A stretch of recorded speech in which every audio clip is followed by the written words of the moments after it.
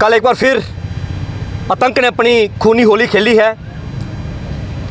पहलगाम में हमारे जो पर्यटक थे, जो वहाँ घूमने गए थे परिजनों के साथ, उन पे आतंकियों ने हमला किया और अब तक की अपडेट में 32 लोग जो हैं उस हमले में मारे जा चुके हैं, जिनमें से हमारे एक भारतीय सेना के लेफ्टिनेंट बेणे जी भी थे, जिनकी मात्र 16 अप्रैल को शादी हुई थी।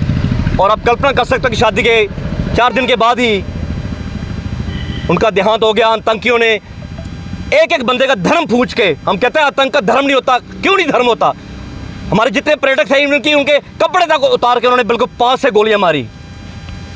पाक जिसे आतंक की नर्सरी कहा जाता है, जिसने एक प्रॉक्सी वार शुरू करके कश्मीर में एक आतंकी जो खूनी होली वो आए दिन खेलते जा रहे हैं, आखिर कब तक जैसा होता रहेगा।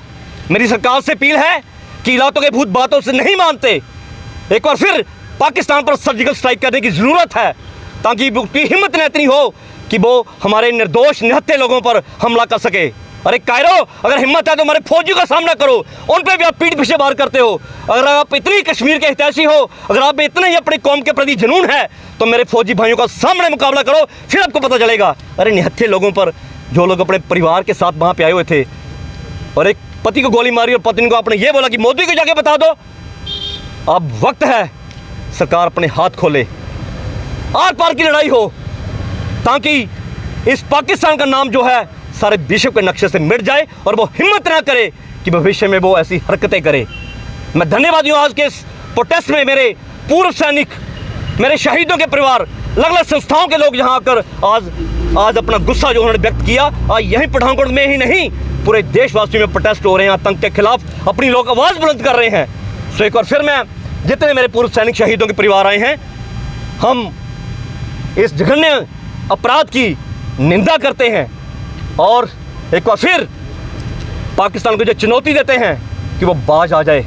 भारतीय सेना में इतना दम है कि वो आपके विश्व के नक्शे से आपका सब कुछ नेस्तनाबूद आपका कर सकते हैं, क्योंकि उन्हें पता है कि अमरनाथ यात्रा शुरू होने वाली है।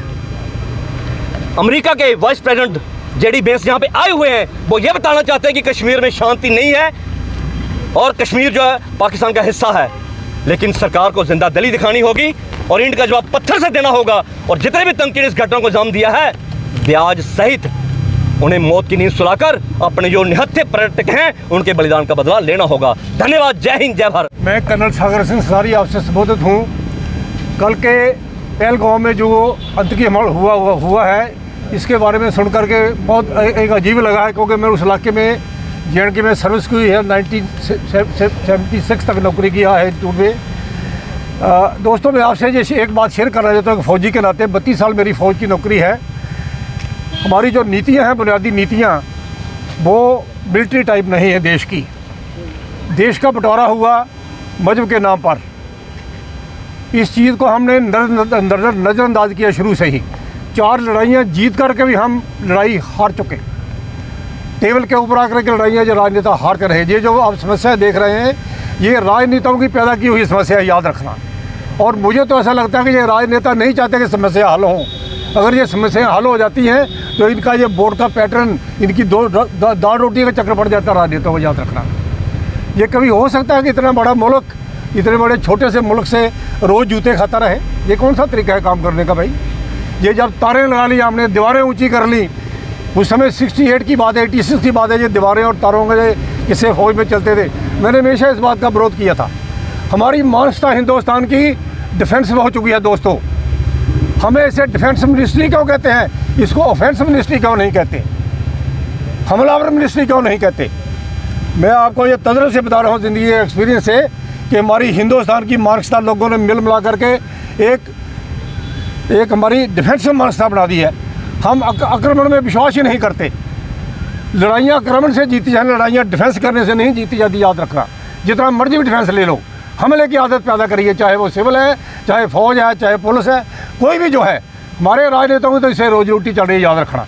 ये राजनेताओं की बड़ी समस्या है। मैं तो ये कहना चाहूँगा, मैं अपनी श्रद्धांजलि देता हूँ जो वहाँ पर हमारे सिविल भाई बहन इसका शिकार हुए, टेररिज्म को बहुत बुरी तरह थोड़े दिनों में कुचला जा सकता है अगर हमारे राजनेता इसको चाहें तो।